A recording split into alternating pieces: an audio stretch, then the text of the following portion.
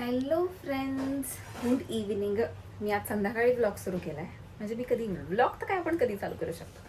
So good news is की मी चालले आहे. मी इन द सेन्स माझी पूर्ण फॅमिली, मम्मी पप्पा मी आणि आशुतोष.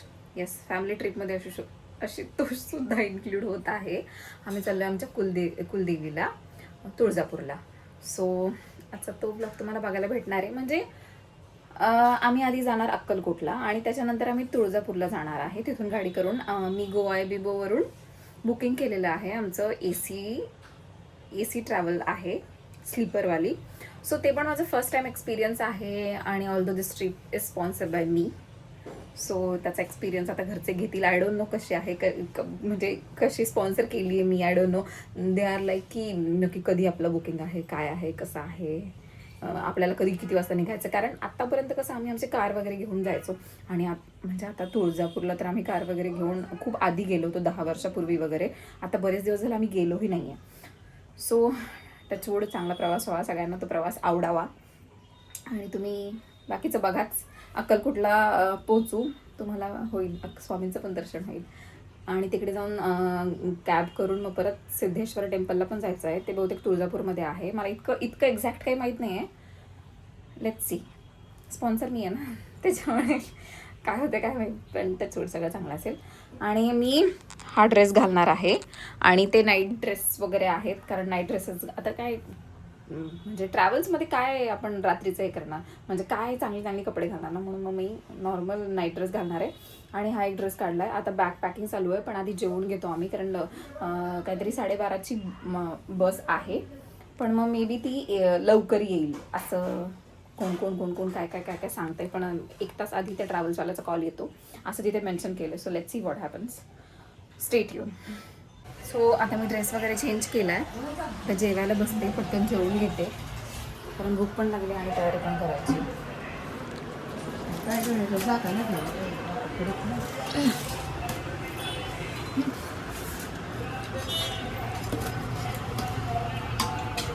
मला दे ना ती प्लेट द्या.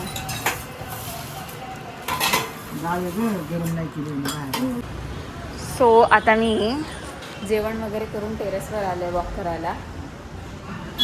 मला आला खूप कंटाळा. ऑल्दो मी खूप आधीच आले होते, मला आता वॉक करूनच 1 तास झाला आहे.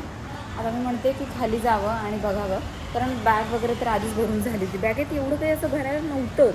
प्रत्येकाचा एक ड्रेसच होता, कारण आम्ही उद्याच्याच रात्रीच्या बसने परतचं बुकिंग केलेलं आहे रिटर्नचं. तर त्याच्यामुळे त्या गोष्टीचं पण काही टेन्शन नाही आहे. फक्त आता मला बघायचं आहे की बस वगैरे कशी असेल कशी नाही. सो आता मी घरी जाते आणि बघते मम्मीचं काय कुठपर्यंत आलं. ती बोलली होती मी सगळं आवरून घेते, तू ये टेरेसवरून वॉक करून. सो लेट मी गो. जशी मी घरी गेले तसं बघते तर काय, खालची काकी येऊन बसली होती, विचारत होती कशी तयारी चालू आहे, कुठपर्यंत आली तयारी वगैरे. आणि मी मम्मीच्या बॅगमध्ये पाहिलं तर माझं हे फाउंडेशन मला खूप दिवसाचं भेटत नव्हतं, ते मला फायनली भेटलं. मी वॉलेटसुद्धा जवळ ठेवलं, कारण मग बसमध्ये आधार कार्ड वगैरे लागेल ना, मग सगळं मी त्या वॉलेटमध्येच ठेवते. ही बॅग मला घेऊन जायची होती, पण माझा भाऊ असा आरामात बसला होता, त्याला मी बोलले होते बॅग भर. हे बघा, ही बॅग माझ्या भावाने अशी ओपन केली. तो त्याच्या नवीन शर्टचा काय ते स्टिकर होता तो काढायला घेतला आणि ती कैची पण तशीच ठेवली. आता ह्या बॅगेत त्याचे 2-3 कपडे भरायचे, ती पण तशीच ठेवली.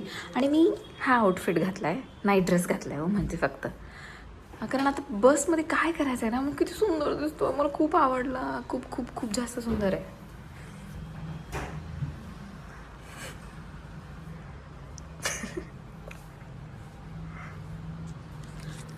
So now I am going.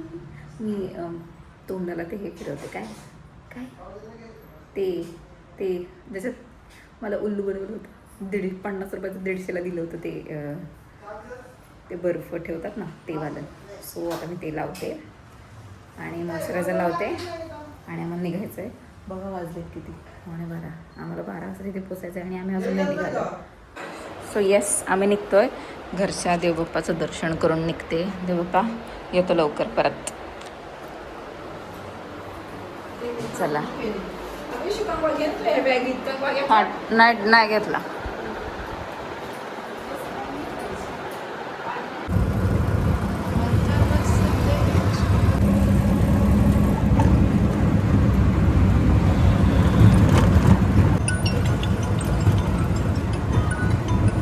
Mummy बिचारी बस स्टॉपला जाऊन बसली आहे. की आमची बॅग आणि ती एक तिला बोलत होती मी बॅग घेऊ नको, पण तरी तिने घेतली आहे.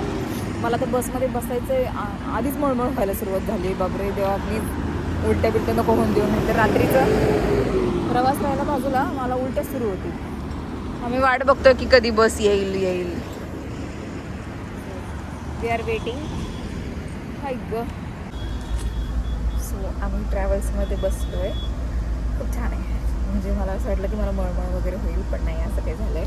आणि इकडे ना ECचे फ्लॅप्स आहेत जे मी कमी केले, कारण खूप गार असते. आता तर काही नाही, नंतर मला असं वाटतं खूप वाजेल गार. इकडे आमची चप्पल वगैरे काय ठेवलं आहे हे बघा ह्या साईडला दिसलं. हां. आणि मस्त टेम्पल झोपलं. आता आपण ना भेटू मध्ये भेटू. आम्ही आता झोपलो आहे. अर्धा तास राहिला अजून पोचायला. मला काही एवढी खास नाही लागली, पण ठीक आहे. एक मिनिट मी तुम्हाला बाहेर दाखवते. गाडी खूप अशी हलते ना, त्याच्यामुळे नीट काही कळत नसेल तुम्हाला. नाही दिसत. हा उठले. भूक लागली.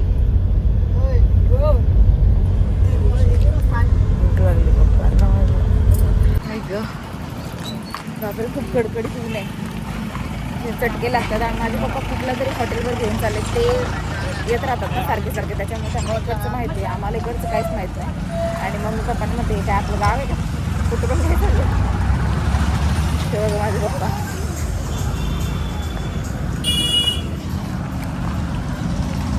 सो आम्ही फायनली रेडी होऊन निघालो आहे. भक्त निवासमध्ये आम्ही रेडी व्हायला गेलो होतो.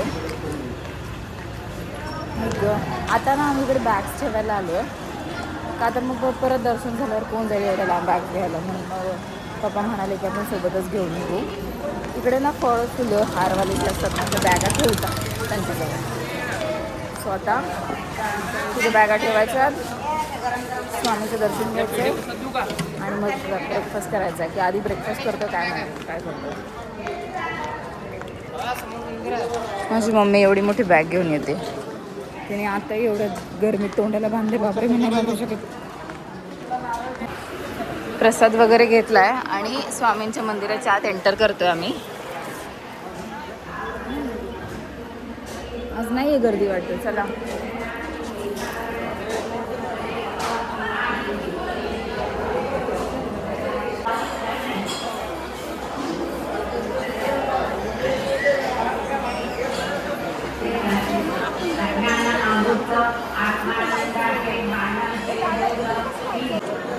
पाचच मिनिटात स्वामींचं दर्शन झालं. जास्त वेळ पण नाही लागला आम्हाला.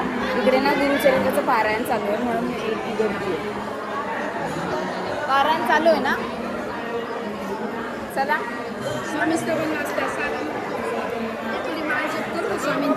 हां करू चल. मम्मी पप्पा इकडून गुरुचरित्राचा ग्रंथ घेतात. आमच्याकडे एक आहे पण एखादा एक्स्ट्रा असावा, कारण दोघे जर पारायणाला बसले तर मग एकालाच ग्रंथ असतो एकाला ग्रंथ नसतो, म्हणून ते इकडे घेतात. पण आमच्या इकडचा आणि इकडचा गुरुचरित्र थोडासा डिफरंट आहे असं त्यांचं म्हणणं आहे. पण आता आम्ही चांगला मस्त आतमध्ये फोटोशूट पण केला, देवाचं दर्शन घेतलं, एक माळ स्वामींचा जपसुद्धा केला, इकडून प्रसाद घेतला सगळ्यांसाठी. आणि आता काहीतरी खायचं आहे, बघू. इकडे महाप्रसाद असेल तर तो खाऊ, नाही तर मग बाहेर डोसे वगैरे आहेत ते खाऊ.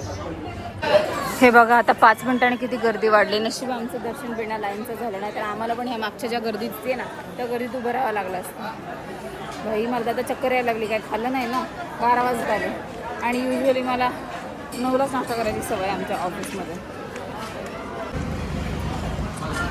आता आम्ही उडुपी ह्या रेस्टॉरंटमध्ये ब्रेकफास्ट वगैरे केला आहे. डोसा उत्तप्पा हे सगळं खाल्लं.